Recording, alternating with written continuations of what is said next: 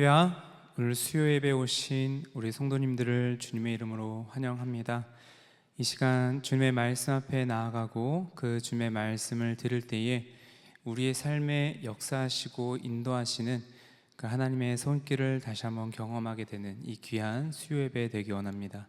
제가 잠시 기도하고 시작하도록 하겠습니다. 주님 참 감사합니다. 우리의 삶의 자리에서 바쁘게 살아가다가 다시 한번 주님의 존전 앞으로 모이게 하시고 우리의 마음을 다 주 앞에 드리며 주님께 예배하도록 인도해 주심에 감사드립니다. 저희들 겸허히 주님의 말씀 앞에 서며 그 울려 퍼지는 주님의 말씀을 들을 때에 우리의 마음으로 그리고 우리의 삶으로 받아 주님의 말씀대로 힘을 얻어 살아가는 우리들 될 수 있도록 주여 인도하여 주시옵소서.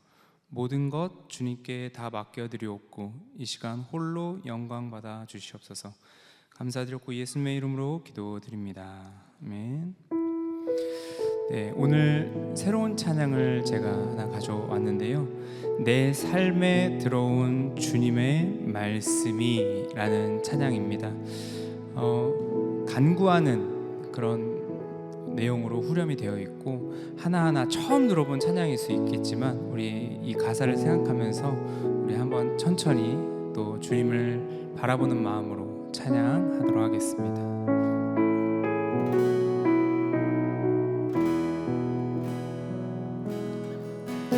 내 삶에 들어온 주님의 말씀이 내게 빛이 되시니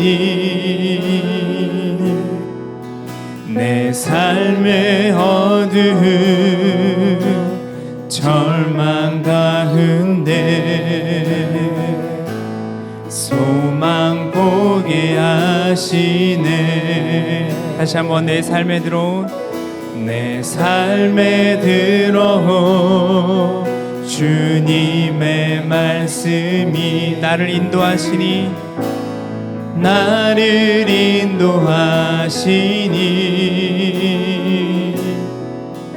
내 삶의 막막한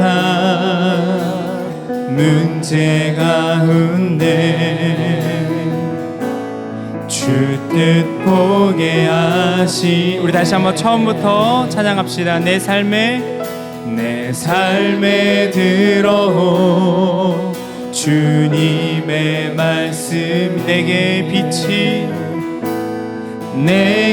빛이 되시니 내 삶의 어두운 절망 가운데 소망 보게 하시네. 다시 한번 내 삶에 들어온 주님의 말씀이 나를 인도하시니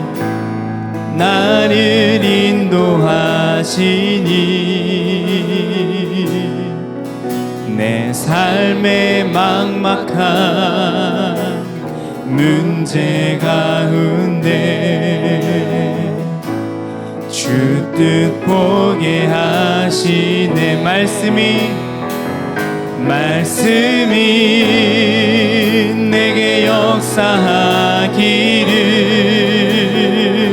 말씀이 내게 살아있기를, 하나님 말씀을 듣겠나이다. 주님의 음성을 듣겠나이다.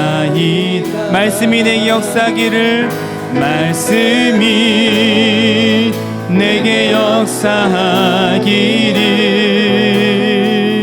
말씀이 내게 살아있기를, 하나님 말씀을 듣겠나이다. 주님의 말씀을. 우리 마지막으로 한 번 더 후렴 찬양합시다. 말씀이 내게 역사하기를, 말씀이 내게 역사하기를, 말씀이 내게 살아있기를, 하나님 말씀을 듣겠나이다. 주님의 뜻대로 살겠나, 주님의 뜻대로 살겠나이다. 주님의 뜻대로 살겠나. 주의 말씀은 내 발에, 주의 말씀은 내 발에 등이요 내 길에 빛이 되시니, 그 말씀 따라 한 걸음 또 한 걸음 살아가게 하소서. 우리 1절로 찬양합시다. 주 말씀 내 삶 비출 때, 주 말씀 내 삶 비출 때 감사하게 하소서. 내게 주신 말씀, 그 말씀을 따라 살아가게 하소서. 다시 한번 고백합시다. 주 말씀 내 삶 비출 때, 주 말씀 내 삶 비출 때 겸손하게 하소서. 내게 주신 말씀 나의 삶 되어 주를 닮게 하소서. 주의 말씀은 내 발에 등이요 내 길에 빛이 되시니, 그 말씀 따라 한 걸음 또 한 걸음 살아가게 우리 마지막으로 고백합시다. 주의 말씀은, 주의 말씀은 내 발에 등이요 내 길에 빛이 되시니, 그 말씀 따라 한 걸음 또 한 걸음 살아가게 그 말씀 따라, 그 말씀 따라 한 걸음 또 한 걸음 살아가게 하소서. 우리 시간 잠시 기도하며 나아갑시다. 하나님, 이 말씀을 통하여 우리의 삶에 주님의 마음과 주님의 뜻들을 들려주십니다. 우리가 그 음성을 들으며 그 말씀을 들으며 나아갈 때 순종하며 그 주님의 뜻이 우리의 삶 가운데 이루어지기를 간구하며 나아가는 이 시간이 될 수 있도록 주여 역사하여 주옵소서. 말씀 선포하시는 김경 목사님과 또한 듣는 우리 가운데 주님의 큰 은혜가 있는 이 귀한 시간 될 수 있도록 해달라고 이 시간 잠시 기도로 준비하도록 하겠습니다. 기도합니다. 주님 참 감사합니다. 우리의 마음들을 주님 주장하여 주시옵소서. 우리의 심령과 우리의 삶 속의 모든 문제를 아시는 주님, 주 앞에 나아갑니다. 주님께서 우리의 삶에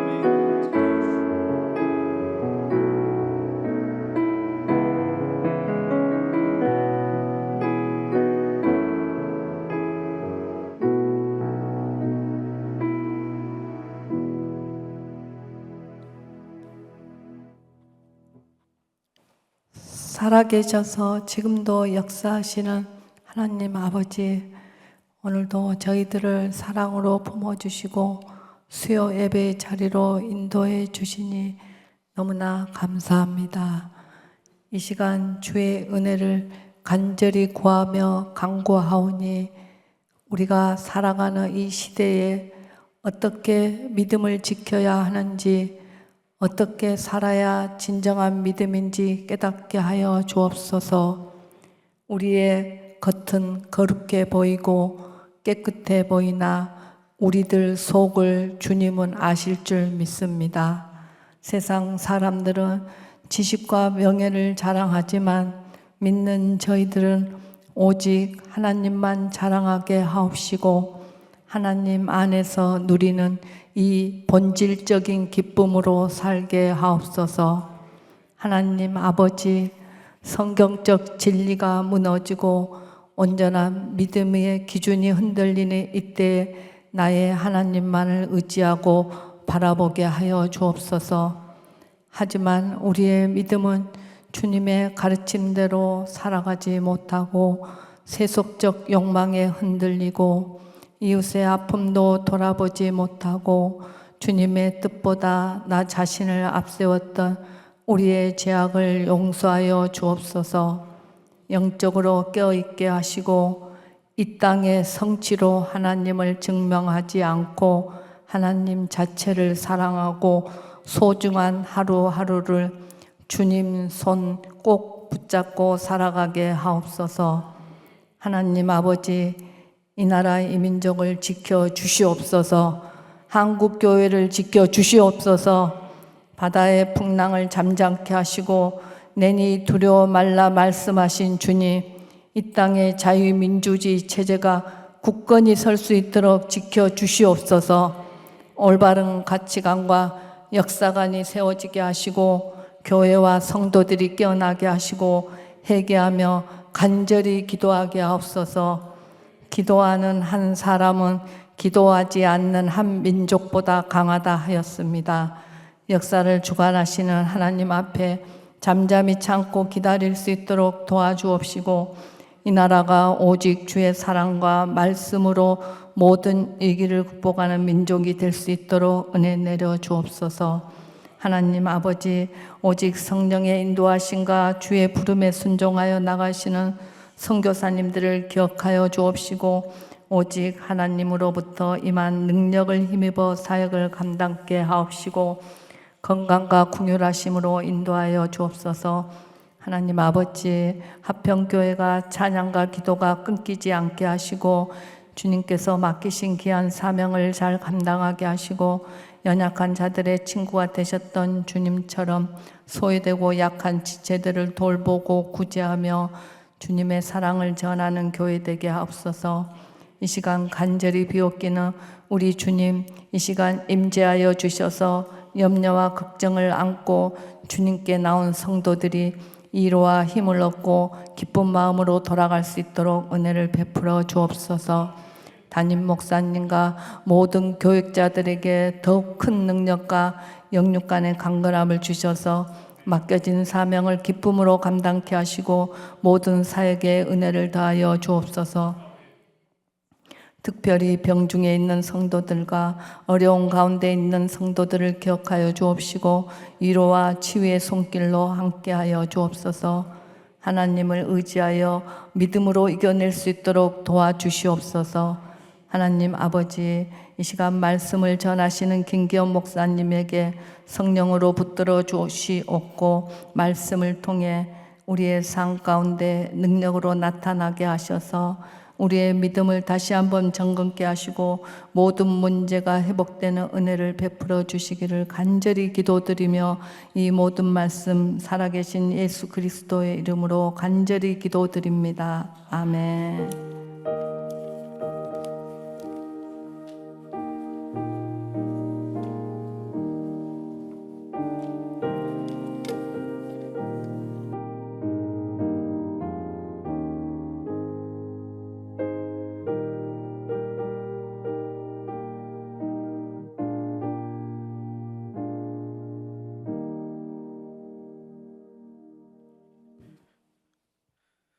잠깐 안내 말씀드립니다. 저희 화평교회 유튜브 송출이 지금 원활하지 않은 것 같습니다. 유튜브로 방송을 보시는 분들은 양해를 부탁드립니다. 이 시간 우리에게 주시는 하나님의 말씀은 로마서 6장 3절과 4절 말씀입니다. 제가 가진 성경으로는 신약 246쪽에 있습니다. 로마서 6장 3절과 4절 말씀을 한 목소리로 읽겠습니다. 무릇 그리스도 예수와 합하여 세례를 받은 우리는 그의 죽으심과 합하여 세례를 받은 줄을 알지 못하느냐? 그러므로 우리가 그의 죽으심과 합하여 세례를 받음으로 그와 함께 장사되었나니 이는 아버지의 영광으로 말미암아 그리스도를 죽은 자 가운데서 살리심과 같이 우리로 또한 새 생명 가운데서 행하게 하려 함이라. 아멘. 오늘 교회를 처음 나오신 분이 아니라면 대부분의 성도님들은 여러 설교를 통해서 첫사람 아담에게 대해 생긴 문제에 대해서 들어보셨을 겁니다. 사탄이 하나님과 인간 사이에서 선과 악을 아는 나무의 과실, 저희들은 선악과라고 부르죠. 이 선악과를 통해 공격을 해온 것입니다. 아담과 하와는 먹지 말아야 할 것을 먹었고 그 일로 말미암아 죄가 세상에 들어왔습니다. 선악과를 먹으면 하나님께서는 반드시 죽으리라 이렇게 말씀하신 것은 단순히 어떤 시골에서 과일 서리 하나를 하다가 걸려서 혼을 맞는 수준의 얘기를 하는 것은 아닐 겁니다. 그저 윤리 도덕적인 차원의 문제가 아니라는 것이죠. 존재 그 자체가 하나님의 형상대로 지음을 받았음에도 불구하고 인간은 이 문제로 인하여서 구원에 관한 큰 문제를 맞닥뜨리게 됩니다. 다른 말로 하자면 구원의 대상이 되고 만 것입니다. 제가 질문을 하나 드려보겠습니다. 구원자이신 예수 그리스도께서 구원의 대상이 된 저와 여러분들을 만나주시면 우리들의 인생 가운데는 어떤 변화가 일어날까요? 네, 조용한 변화가 일어나는군요. 네. 저희들이 잘 알다시피 우리에게는 아주 놀라운 변화가 일어나는데 말씀을 통해서 한번 확인해 보도록 하겠습니다. 고린도 후서 5장 17절 말씀입니다. 같이 한번 읽겠습니다. 시작. 그런즉 누구든지 그리스도 안에 있으면 새로운 피조물이라. 이전 것은 지나갔으니 보라 새 것이 되었도다. 아멘. 이것이 예수를 믿었을 때 발생하는 아주 놀라운 능력입니다.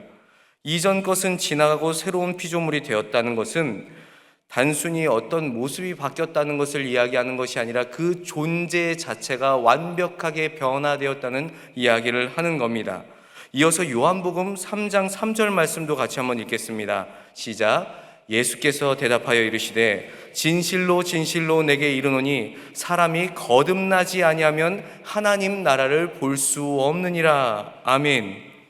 성경에서 이렇게 말씀하고 있는 의도는 인간 존재의 근본이 어디에 있는가 알려줍니다. 바로 그것은 생명에 있기 때문입니다.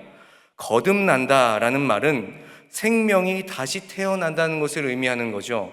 그래서 요한복음 5장 24절을 보면은 이 생명에 대한 내용을 설명해 주는데요. 이것도 같이 한번 읽어볼까요? 시작. 내가 진실로 진실로 너희에게 이르노니 내 말을 듣고 또 나 보내신 이를 믿는 자는 영생을 얻었고 심판에 이르지 아니하다니 사망에서 생명으로 옮겼느니라. 아멘. 오늘 말씀에서 저희들이 가장 깊게 살펴볼 두 단어가 등장을 했습니다. 사망과 생명입니다.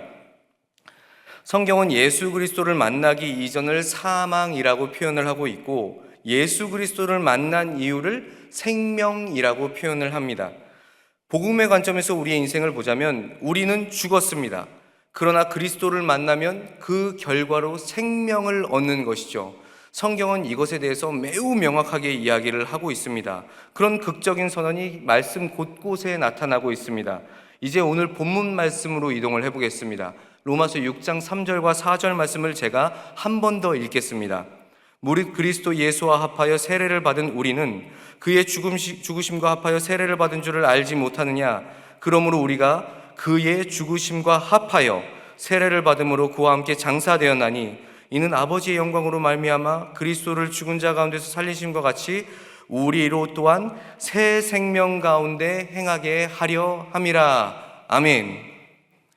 사도 바울은 오늘 말씀의 앞장인 5장, 로마서 5장부터 계속 이야기하기를 사망에서 생명으로 옮겨진 신자들의 소망이 아주 확고하기 때문에 그 어떤 것도 뒤집을 수가 없다, 이렇게 이야기를 하고 있습니다. 그리고 은혜가 넘쳐서 오히려 사람들로 하여금 죄에 머물게 한다는 그 주장을 반박하고 있습니다. 비록 율법 통제 아래 죄가 증가했다 해도 율법이 소망을 억누를 수가 없는데, 이것은 죄가 아무리 번창을 해도 은혜가 그것보다 훨씬 더 강력하기 때문에 너희들은 그것에 대해서 의심하지 말라는 겁니다. 은혜가 훨씬 더 우월하다는 거죠. 이것이 로마서 6장 1절과 2절 말씀에 기록되어 있습니다. 같이 한번 읽을까요? 시작. 그런즉 우리가 무슨 말을 하리요? 은혜를 더하게 하려고 죄에 거하겠느냐? 그럴 수 없느니라. 죄에 대하여 죽은 우리가 어찌 그 가운데 더 살리요? 죄에 대해서 죽은 우리는 더 이상 죄 가운데 살지 않게 되었다고 이야기를 하고 있습니다. 하나님의 백성이라면 이제 죄는 더 이상 짓지 않는다, 명확하게 이야기를 하고 있습니다. 찰스 크랜벨이라는 신학자는 죄에 대해서 죽었다는 설명을 다음과 같이 설명하고 있는데요, 3가지 내용을 읽어드립니다. 하나님 보시기에 법정적이고 법률적 의미에서 우리는 죄에 대해 죽었다. 우리는 성례적인 의미에서, 즉 우리가 세례를 받음으로 그리스도와 함께 죽었고 그리스도와 함께 살아났다는 점에서 죄에 대해 죽었다. 우리는 도덕적 의미에서, 즉 우리가 우리 지체에서 죄를 억제했다는 점에서 죄에 대해 죽었다. 어떤 방향으로 이해하든지 간에 우리는 반드시 죄에 관해서 죽었다는 사실을 이 신학자는 이야기를 하고 있는 겁니다. 본문에 등장하고 있는 세례라는 단어가 있는데요, 신학자들이 이 세례에 대해서 여러 가지 이야기로 왈가왈부하는데, 더글라스 무라는 신학자는 이것에 대해서 이렇게 표현합니다. 이 문단의 주제는 세례가 아니며 회심 경험 전체가 속기 기능을 하고 있다. 무슨 말입니까? 세례에 대해서 너희들이 집중하기보다는 이 문단 전체에서 이야기를 하고 있는 다른 생명에 대해서 조금 더 집중해보자, 이 이야기를 하고 있는 겁니다. 바울은 우리가 죄에 대해서 죽었다고 말할 때 이것들을 신자들에게 죄를 중단하라고 권면하는 말로 사용하지 않습니다. 죄를 이제 신자니까 그만 좀 지으세요, 이렇게 권면하는 것이 아니라 오히려 죄에 대해서 죽었기 때문에 더 이상 죄 짓지 말라, 아주 강한 명령형으로 이야기를 하고 있다는 겁니다. 죄의 지배로부터 이제 새 생명으로 옮겨졌는데 왜 자꾸만 옮겨지지 않은 사람처럼 죄에 거하고 있냐? 너희는 더 이상 그럴 수가 없는 사람들이야. 이 이야기를 로마서 기자는, 지금 사도 바울은 하고 있다는 겁니다. 그래서 새 생명으로 살아가라는 요청은 그리스도의 죽으심뿐만 아니라 우리가 그분의 부활에도 참여하는 놀라운 은혜를 입게 되는 것입니다. 본문 4절 후반부에 있는 새 생명이라는 단어는 하나님이 그리스도 안에서 행하신 일에 아주 확고한 근거를 제시합니다.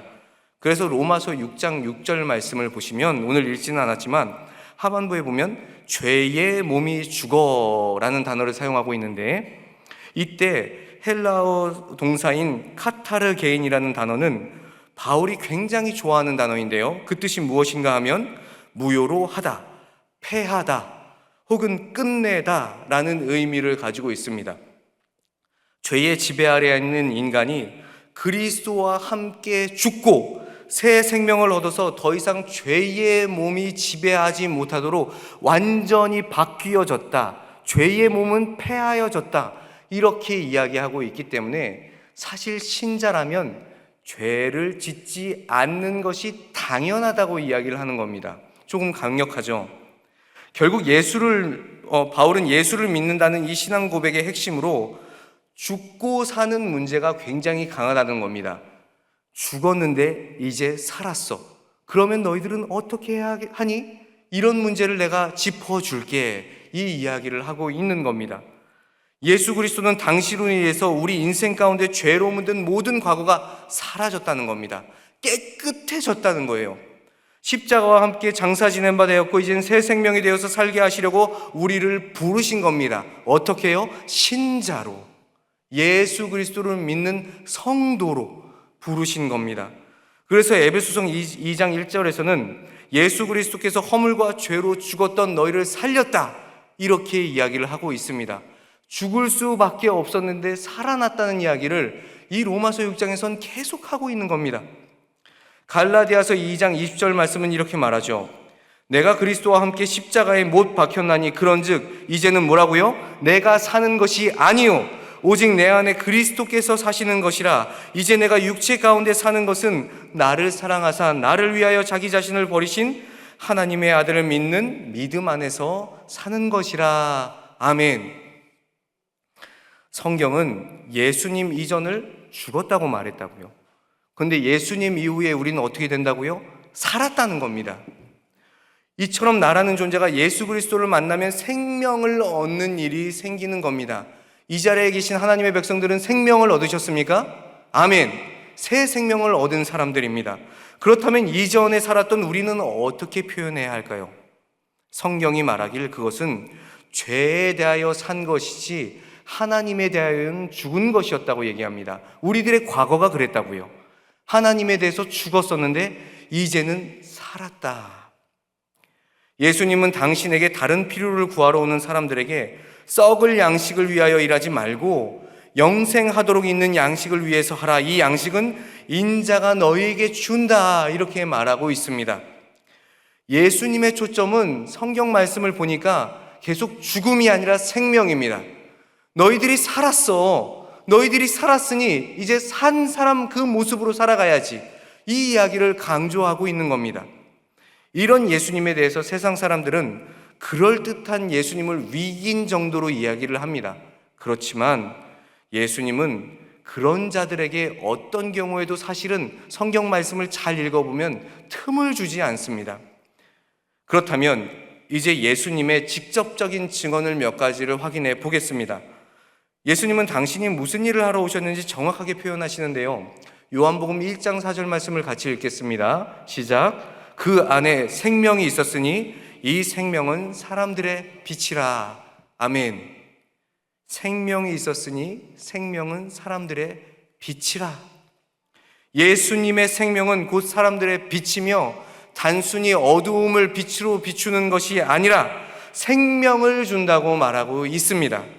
이 생명이 어떻게 주어지는가? 요한복음 3장 36절도 같이 읽습니다. 시작. 아들을 믿는 자에게는 영생이 있고 아들에게 순종하지 아니하는 자는 영생을 보지 못하고 도리어 하나님의 진노가 그 위에 머물러 있느니라. 아멘. 아들을 믿는 자에게 영생이 있다, 이렇게 말하고 있습니다. 우리가 이 예수 그리스도 그 아들 독생자를 믿잖아요. 그래서 우린 영생을 얻은 사람들이잖아요. 믿거나 믿지 않는 결과가 생명을 얻느냐 얻지 못하느냐의 결과로 나뉘게 됩니다. 하나님의 아들 곧 예수 그리스도를 믿는 자에게는 영생이 있고 아들에게 순종하지 아니하는 자는 생명을 보지 못하는 심판이 있다. 명확하죠. 요한복음 6장 38절부터 40절 말씀은 조금 더 중요한 내용을 저희들에게 가르쳐 주는데요. 오늘 성경 말씀을 많이 보죠. 같이 한번 읽겠습니다. 시작. 내가 하늘에서 내려온 것은 내 뜻을 행하려 함이 아니요 나를 보내신 이의 뜻을 행하려 함이니라. 나를 보내신 이의 뜻은 내게 주신 자 중에 내가 하나도 잃어버리지 아니하고 마지막 날에 다시 살리는 이것이니라. 내 아버지의 뜻은 아들을 보고 믿는 자마다 영생을 얻는 이것이니 마지막 날에 내가 이를 다시 살리리라 하시니라. 아멘. 말씀을 자세히 살펴보면 예수님에 대한 모든 논란은 종식됩니다. 예수라는 사람은 단순한 위인이 아니라 왜 이 땅에 왔으며 우리에게 무엇을 주었는지, 우리는 어떻게 살아가야 하는지 아주 명확한 답변을 제공해 줍니다. 예수님 이 땅에 왜 오셨습니까? 우리를 위해 오신 겁니다. 우리를 위해 무엇을 주신다고요? 생명을 주신다는 겁니다. 예수님은 자신을 보내신 이의 뜻을 행하려 왔으며 나를 보내신 이의 뜻은 예수를 보고 믿는 자마다 영원한 생명을 주려 함이라고 말씀하고 있습니다. 이런 예수님의 오신 목적은 생명인데 예수 그리스도에 대해서 알고 있는 자들이면 이 생명에 대해서 반응하는 사람이어야 합니다. 제가 되묻겠습니다. 이 자리에 계신 화평의 성도님들은 생명에 대해서 반응하고 있는 자이십니까? 아멘이십니까? 예수를 만났고 예수를 믿었는데 생명과 아무 상관이 없고 죄로부터 자유함도 없이 교회를 다니는 시간만 쌓이고 지식만 쌓이고 습관만 쌓인다면 이것은 정말 슬픈 일이 아닐 수 없습니다. 교회 생활 40년 했습니다. 그런데 모습이 똑같아요. 슬픈 일입니다. 요한복음 11장 25절부터 26절 말씀을 읽어드릴게요. 예수께서 이르시되 나는 부활이요 생명이니 나를 믿는 자는 죽어도 살겠고 무릇 살아서 나를 믿는 자는 영원히 죽지 아니하리니 이것을 내가 믿느냐. 아멘. 이뿐입니까? 요한복음 14장 6절입니다. 예수께서 이르시되 내가 곧 길이요 진리요 생명이니 나를 말미암지 않고는 아버지께로 올 자가 없다. 이렇게 말씀합니다. 결국 성경의 기록 목적은 예수님께서 그리스도이심을 알게 하고 그러한 그리스도를 믿어서 그 결과로 사망에서 생명으로 옮겨가야 한다는 말씀을 우리들에게 명확하게 제공해 줍니다. 그렇다면 도대체 예수님께서는 도대체 생명이 뭐길래 그렇게 우리에게 생명이란 단어에 집착하시는 걸까요? 단순히 사전적 의미로 생명이라는 것은 생물학적으로 호흡하고 심장박동이 뛰는 목숨이라는 것인데 이런 정의만을 성경은 말하고 있지 않다는 거예요. 생명이란 그 생명의 특성을 따라 살아갈 수 있는 능력까지 포함한 그것을 온전한 생명이라고 말할 수가 있습니다. 예컨대 개면 개의 생명이 있겠고 고양이면 고양이의 생명이 있겠고 사람이면 사람의 생명이 있는 것입니다. 생명에 대한 정의는 무엇보다도 생명을 지으신 하나님께서 어떻게 정의하는가가 더 중요한데요. 하나님은 생명을 창조하실 때 생명마다 그 생명이 갖고 있는 특성이 있고 그 특성을 온전히 드러낼 수 있는 살아있는 형상을 주셨다고 말씀을 합니다. 앞서 설명한 것처럼 고양이의 생명은 고양이다운 특성을 가지고 있지 고양이가 호랑이가 될 수는 없잖아요. 태어날 때부터 각 생명은 서로 다른 독자적인 특성을 가지고 살아갑니다. 하나님께서 각 생명에게 각 합당한 형상을 입혀 주셨다는 겁니다. 이처럼 하나님이 창조하신 첫사람 아담으로 돌아가 보자면 하나님의 형상으로 반응하면서 살아가는 일이 그에게는 너무나 당연했습니다. 그러나 스스로 죄가 세상에 들어오도록 만들었어요. 로마서 5장 12절은 이렇게 말씀하죠. 그러므로 한 사람으로 말미암아 죄가 세상에 들어오고 죄로 말미암아 사망이 들어왔으니 이와 같이 모든 사람이 죄를 지었으므로 사망이 모든 사람에게 이르렀느니라. 이처럼 한 사람으로 인하여 모든 사람에게 죄가 들어왔고 결국 모든 사람이 사망에 이른다. 이것은 무슨 의미일까요? 죽음이란 모든 생명체에 존재합니다. 그렇죠? 바위가 죽었다고는 우리가 표현하지 않습니다. 왜 그렇습니까? 바위는 살아있는 생명체가 아니라 무생물이기 때문에 그렇습니다. 죄가 들어왔는데 왜 사망인가? 아담과 하와가 선악과를 따먹자마자 성경에 혹시 기력이 쇠하고 몸이 나빠져서 시력이 나빠지고 허리가 막 아파지고 무릎 관절이 나빠졌다, 이런 이야기가 쓰여 있습니까?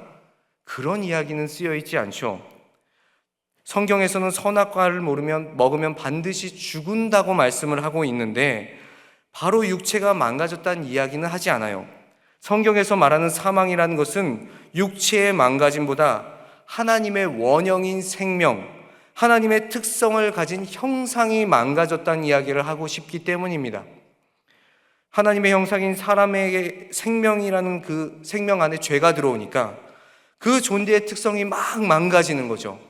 그래서 실상은 죽은 것이나 다름없게 되어서 사망이 들어왔다, 이렇게 성경은 이야기를 하고 있는 겁니다. 이것으로 인해서 발생하는 우리의 육체적 죽음은 사망의 아주 일부분일 뿐이고 죽음의 모형일 뿐이지 우리가 더 두려워해야 하는 것은 무엇일까요?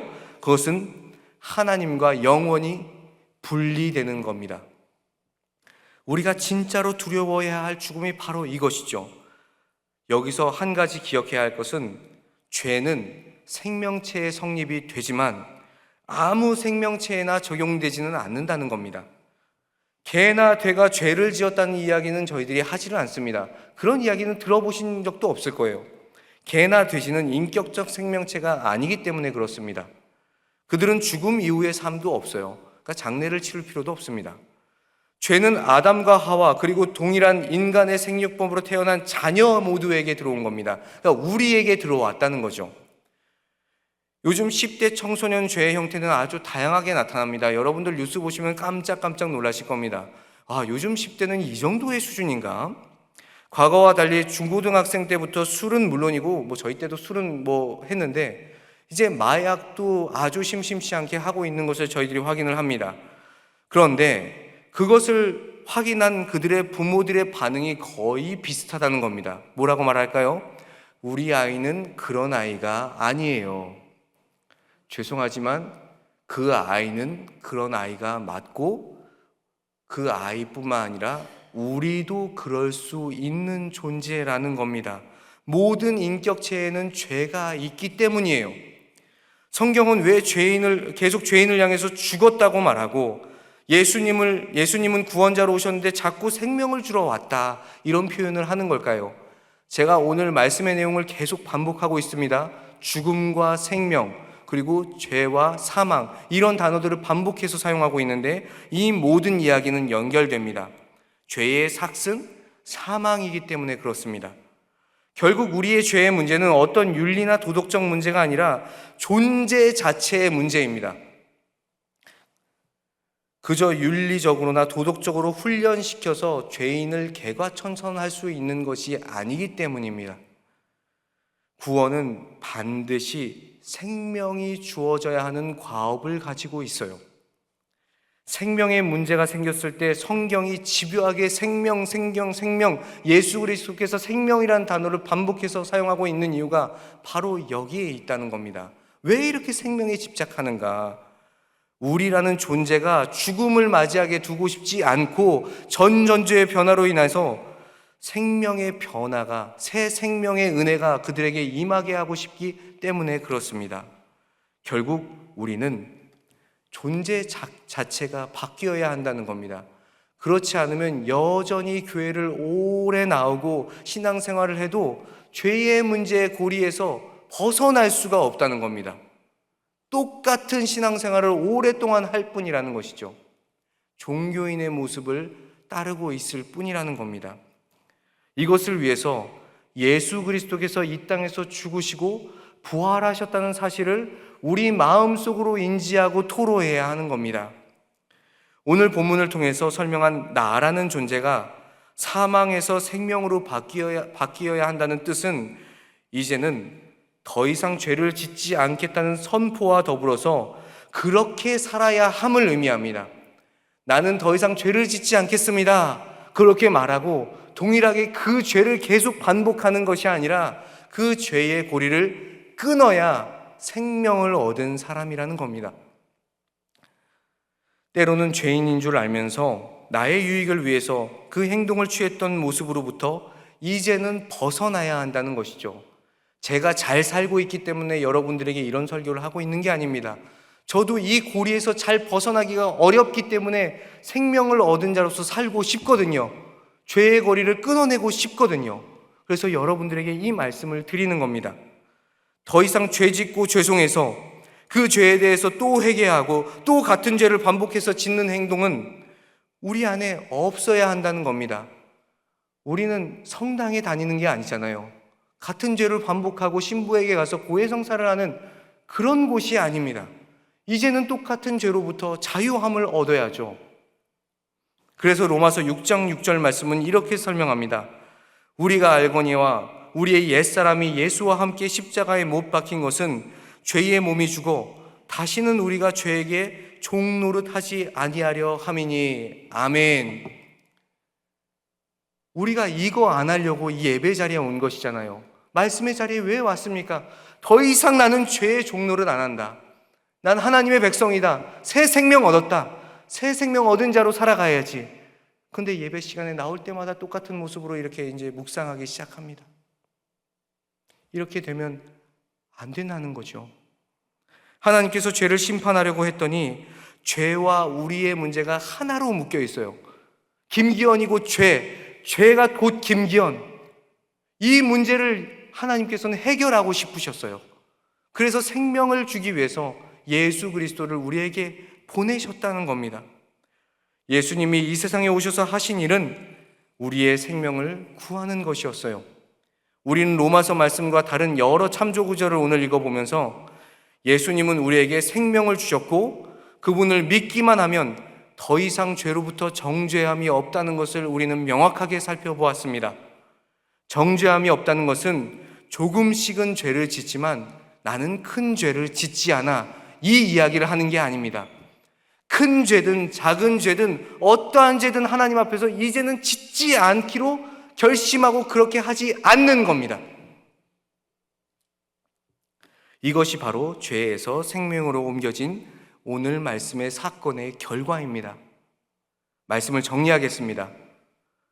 생명은 인간 존재의 근본입니다. 인간은 하나님의 형상을 따라서 지음을 받아서 인격이 있습니다. 그리고 하나님의 성품을 닮았죠. 또 이 땅을 다스리고 정복할 통치 사명을 받았습니다. 그러한 인간이 하나님께 죄를 지었습니다. 그 죄로 인해서 하나님의 형상이 깨지고 하나님과 분리되는 것이 죽음입니다. 이 죽음이 우리 모두에게 있어요. 그래서 복음은 윤리나 도덕적 문제를 우리에게 말하고자 하는 것이 아니라 생명과 사망의 문제를 계속 성경 속에서 다룹니다. 죽지 마, 살아야지. 살았어? 그럼 어떻게 살아갈까? 곧 생명이 주어져야 구원에 있는 것이고 예수님은 이 생명을 주기 위해서 이 땅에 오신 겁니다. 죄와 한 몸인 우리를 살리시려고 하나님의 아들, 독생자이신 예수 그리스도를 우리에게 주신 거예요. 이 생명으로 인해서 우리는 드디어 죄에 대해서 죽었고 새 생명을 얻은 의인이 된 것입니다. 신자라면 새 생명을 얻은 하나님의 백성으로 우리를 매일 유혹하는 그 삶 가운데 이 정도는 괜찮겠지, 타협하는 모습을 이제는 버려야 한다는 겁니다. 이 정도는 괜찮아. 세상 사람들도 이 정도는 하는데 뭐. 우리가 생각하는 그 이 정도가 무엇일까요? 지금 자신을 돌아보십시오. 이 정도가 무엇일까요? 여러 가지 일들이 있을 겁니다. 가족하고 이런 시간을 보내야 되는데 우리가 이 정도는 괜찮지 않을까? 내가 여러 모임 중에서 1년에 한 번 정도 이 정도는 괜찮지 않을까? 그 이 정도도 하나님께서는 기쁘게 보시지 않을 수 있습니다. 이 사실을 기억하십시오. 로마서는 우리가 은혜 아래 있으니 죄를 지으리요? 그럴 수 없다 선포하고 있습니다. 우리에게 생명을 허락하신 예수 그리스도의 은혜를 기억하면서 이제는 더욱 거룩한 신자로 매일매일의 삶을 기꺼이 살아나가는 저와 화평의 성도님들이 되시기를 주님의 이름으로 축원합니다. 기도하겠습니다. 하나님 아버지, 예수 그리스도와 연합하여 죄로부터 자유함을 얻어 새 생명 가운데 행할 수 있는 은혜와 은총을 허락하심에 감사와 영광을 올려드립니다. 예수 그리스도의 죽으심과 부활로 말미암아 그를 믿는 모든 자는 새로운 생명 안에서 걷게 되었습니다. 더 이상 죄의 종이 아닌 자유로운 주님의 자녀로 주님의 뜻을 따라 살게 하시고 죄의 유혹을 끄는 자로 승리의 삶을 살게 하여 주시니 그 또한 감사와 영광을 올려드립니다. 다시 한번 우리에게 새 생명을 허락하신 주님의 은혜에 감사와 감격을 올려드리오니 주님, 우리가 승리의 삶을 살도록 매일의 삶을 역사하여 주옵소서. 그 걸음을 주장하여 주시옵소서.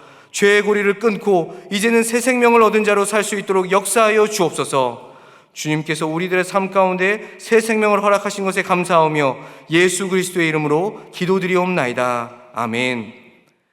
다 함께 찬송가 436장 부르시겠습니다.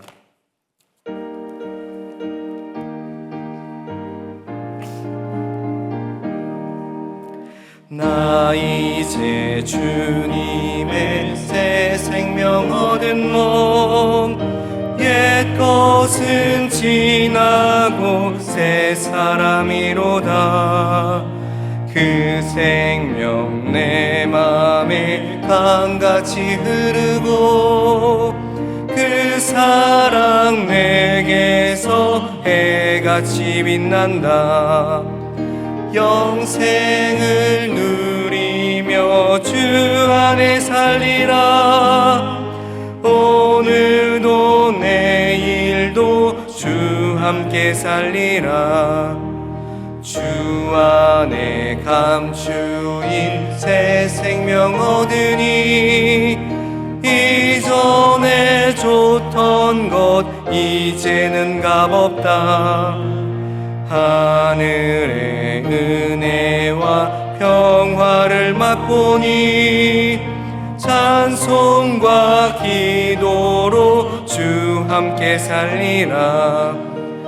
영생을 누리며 주 안에 살리라.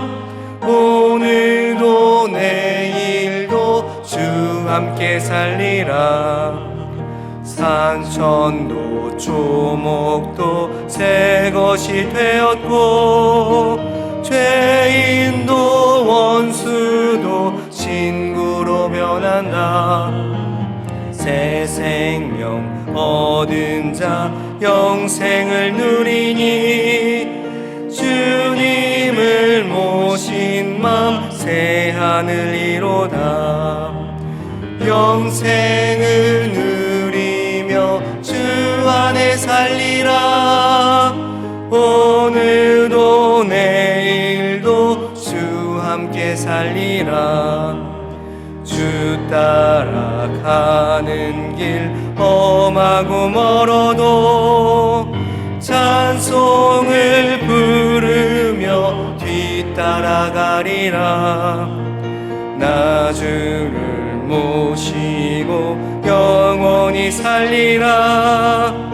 날마다 섬기며 주 함께 살리라. 영생을 누리며 주 안에 살리라. 오늘도 내일도 주 함께 살리라.